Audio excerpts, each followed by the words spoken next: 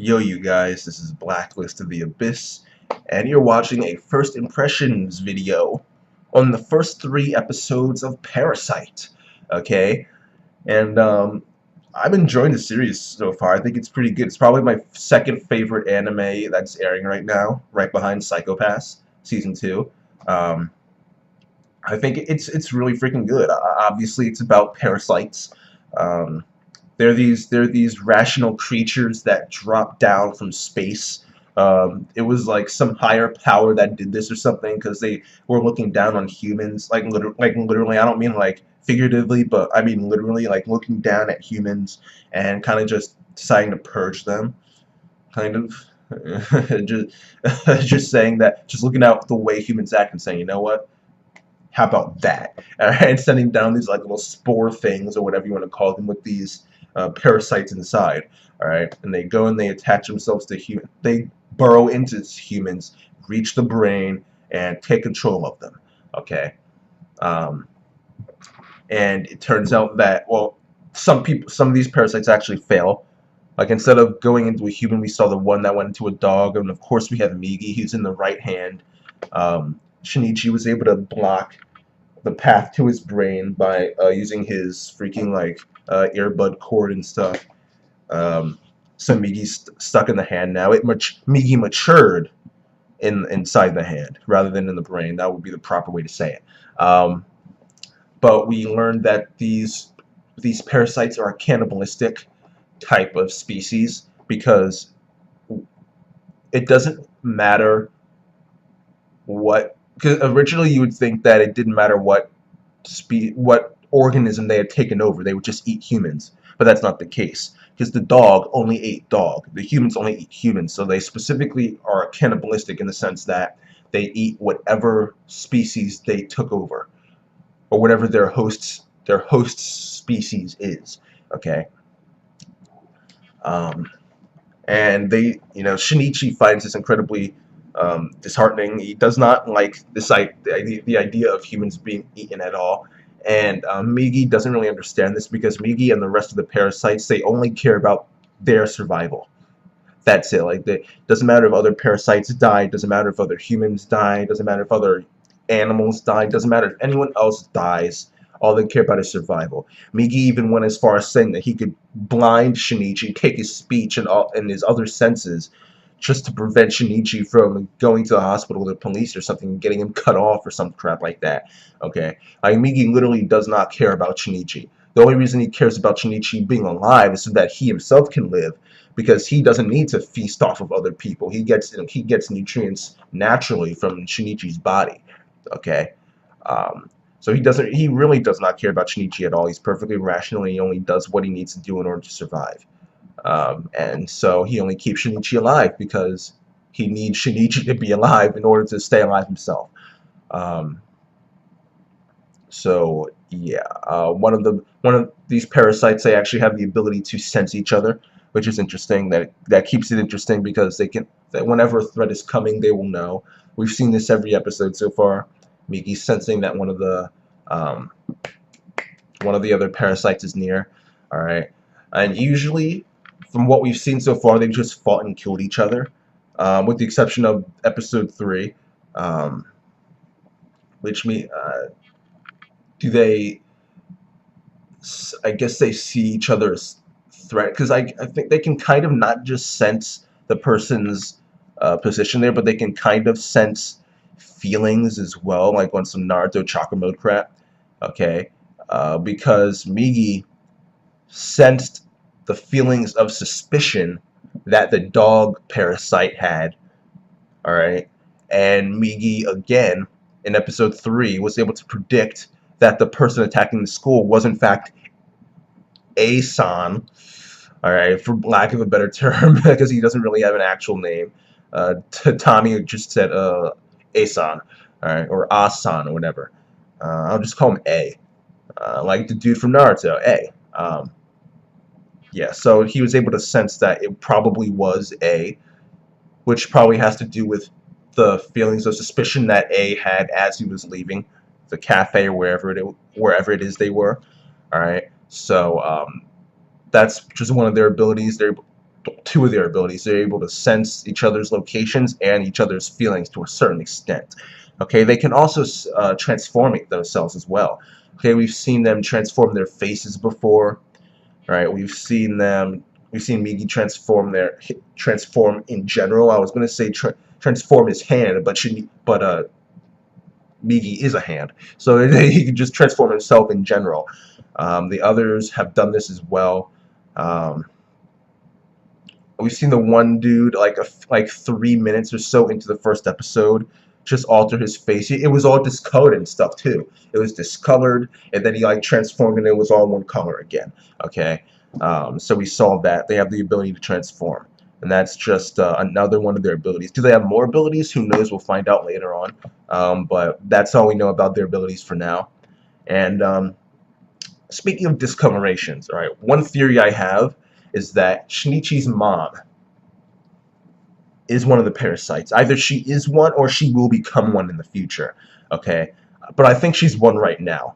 All right, because if you look at the first episode, all right, 9 minutes and about 50 seconds in, 55 seconds in, she's going up to Shinichi's room and she reaches for the doorknob, and you can see there's this discoloration on the bottom of her hand and forearm. Okay, similar to the discoloration of the guy's face from that I was just talking about. Okay, so that all automatically like tips me off, makes me think like, is she a parasite? But if she was a parasite, then Migi would be able to sense her. All right. But in the opening, we see his mom, and she gets those 3 slashes across her face, like the parasites do get when they open up a person's head and get ready to attack. So she's definitely at one point going to become a parasite, but there's no, for her to have that discoloration on the bottom of her hand and forearms. It's not just like a cooking type of injury, because they didn't make any mention of it at all. Okay, so that makes me think that she's a parasite right now. But then that brings the question, why can't Migi sense her? So I don't know. But if she's not right now, she's definitely going to become at some point a parasite. Or she's going to be taken over by a parasite. Okay, so at some point that's going to happen. But I think it's happened now. I think that's going to be another one of the abilities or secrets that gets revealed later on, that they can avoid being sensed. But yeah, that's one character I think is going to be incredibly important later on. And another one is Murano, okay, because she has a huge presence in the opening, okay, like huge presence, okay. Like, I'm pretty sure that at some point she's going to find out, Shinichi's secret and become an ally of sorts, okay, and kind of just help him through whatever his goal ends up being in the series. Because right now he's just trying to survive and live. But he's gonna change, because he has been changing. He has been changing throughout the series so far. In the first 3 episodes, we've seen his personality start to change. All right, like when they were when him and Murano were walking, they saw those kids messing with the cat. Right, he was just like, "I'll eat you," you know. Like his personality has clearly been changing because of the influence that Migi has had on him. So Migi is changing him, and we see at the end of the opening, he becomes like this legit dude with his hair back and stuff, like glasses off, you know, him like just about to take people out, you know, like he clearly changes, and I think Murano will change as well and become an ally of his, especially since she can kind of, she can't sense Migi, but she kind of has an idea that Migi is there, because when she was holding Shinichi's hand in episode 2, she was holding the right hand, but then she was like, and then she moved over to hold the left hand instead. So she has this, maybe not really a sense, maybe it's more like women's intuition or something, or maybe she just has this feeling that there's something up with his right hand. Okay, so those two are going to be, she's going to be incredibly important to Shinichi, and the fact that they like each other is probably going to be an important part of that, which is funny because there's actually another girl who likes him, as we learned in episode 3. And while Parasyte does have some really good comedy scenes, like, like like when Shinichi and Murano were in, or after the gym class when they were playing basketball and stuff, and Murano leaves. Uh, and you see this scene where Migi starts to transform, and, and Shinichi just kind of like screams and like holds his hand in between his legs, and Murano's like, "Wait, what happened? Are you okay?"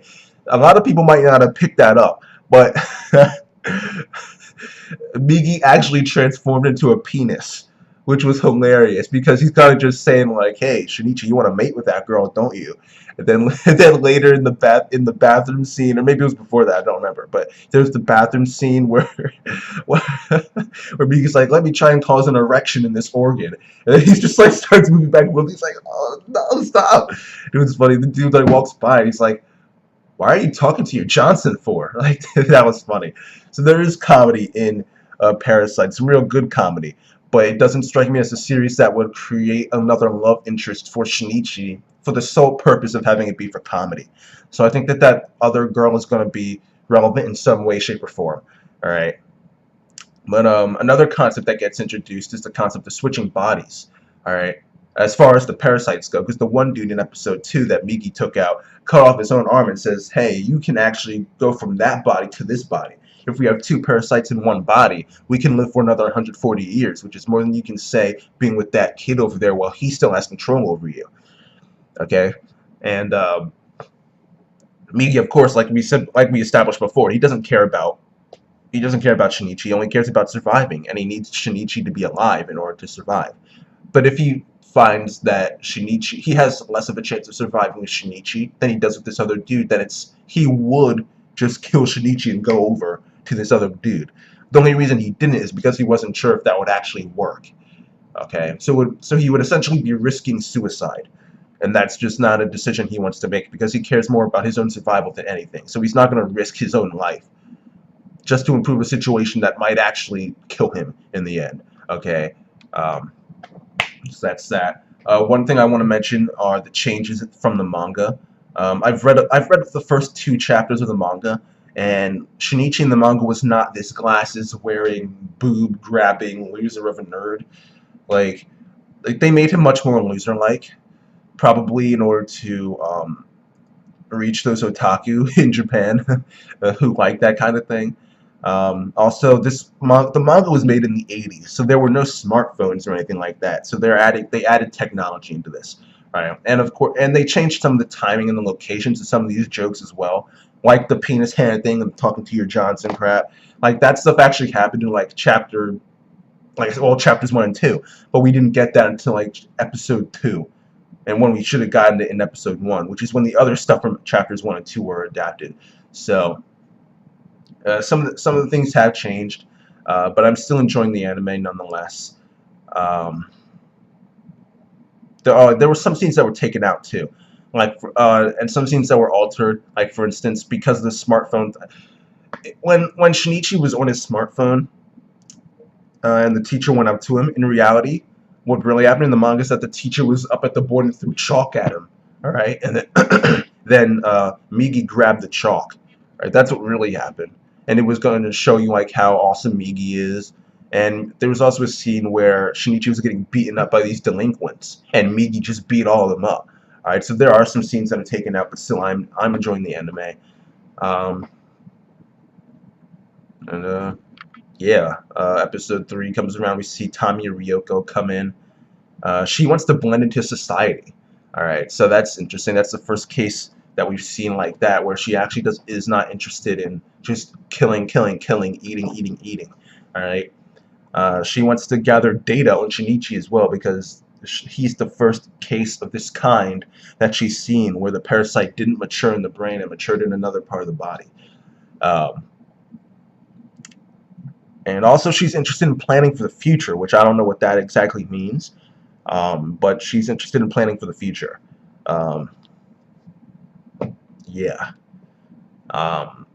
She actually reveals in the episode that she's pregnant and the baby's human, which makes perfect sense in my opinion, because though they are parasites and they've gained abilities like coming apart and transforming crap, they are still, physically speaking, they're still human. At the end of the day, all they are humans that are being controlled by parasites and given extra abilities. So it makes perfect sense that the baby would be human. Alright, like it just makes sense. Because parasites, they take you over. They don't like transform you into a different species. They just take you over and take some of their own abilities with them. Alright, so it makes sense in my opinion. And the father of that child is A, and this dude is not like Tommy at all. Alright, not at all. He views Shinichi as a threat, and that's why he goes and attacks the school to get to him. Alright, and this is actually where we see the evil side of Migi's rationality, because he wants to use the students as a meat shield, right, in order to be A. And Shinichi strikes that down right quick. Alright. So he ends up having to fight with Migi in order to defeat Ace, because Migi ends up saying, well, he and I are probably evenly matched, so in order to tip the scales, I'm going to need you to fight. Alright. And the third episode actually ends up ending with Migi and Shinichi about to fight A. Alright. And yeah, like I said, I'm enjoying the series so far. And yeah, I mean, I'll probably review it. I make no guarantees. I probably will, but I make no guarantees. But yeah, that's it for this first impressions video, which is kind of like a mini review for the first 3 episodes, really. And I'm liking it. Second favorite anime of the season right now, and I'm excited. I'm excited. It's pretty freaking good. So yeah. Yeah. Reviews will probably happen, so look forward to that. And that's it. Rate, comment, subscribe, and I'll see you guys next time.